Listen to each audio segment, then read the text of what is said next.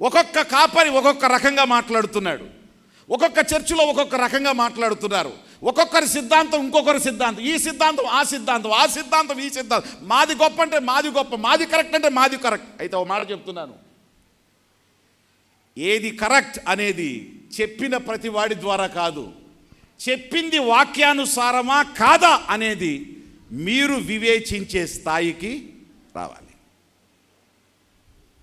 నేను 100 చెప్తా, నేను చెప్పిన 100 మీరు నమ్మటం కాదు. పాస్టర్ గారు చెప్పింది అవునా కాదా, వాక్యానుసారమా వాక్యానికి విరుద్ధమా, ఇది తీసుకోవచ్చా తీసుకోకూడదా, మీరు సరిపోల్చుకోవాలి. ఆమేన్. అపోస్తుల కార్యంలో అపోస్తులైన పౌలు బెరయా అనే ప్రాంతానికి వెళ్ళాడు. బెరయా అనే ప్రాంతానికి వెళ్ళినప్పుడు పౌలు మహాజ్ఞాని, వాక్యాన్ని బోధించిన తర్వాత వాళ్ళు నమ్మలేదంట అని చెప్పి తిరస్కరించలేదు.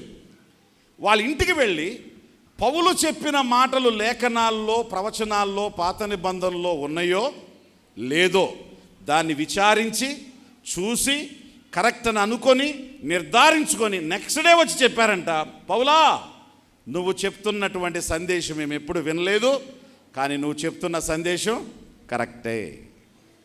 కాబట్టి ఈరోజు దాన్ని మేము ఏం చేస్తున్నాం, విశ్వసిస్తున్నాం, ఆ ప్రభువునందే మేము విశ్వాసం ఉంచుతున్నామని చెప్పి వాళ్ళు విశ్వాసం ఉంచారు.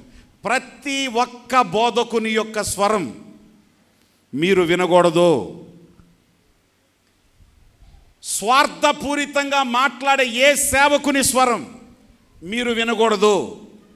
ఎందుకు ఈ మాటలో చెప్తున్నానో తెలుసా, మనుషుల్ని మోసం చేయటానికి ఈ రోజున ఏదేనులోకి సర్పం వచ్చినట్లు రకరకాల బోధలు ఈ రోజున సంఘములోనికి వచ్చినాయి.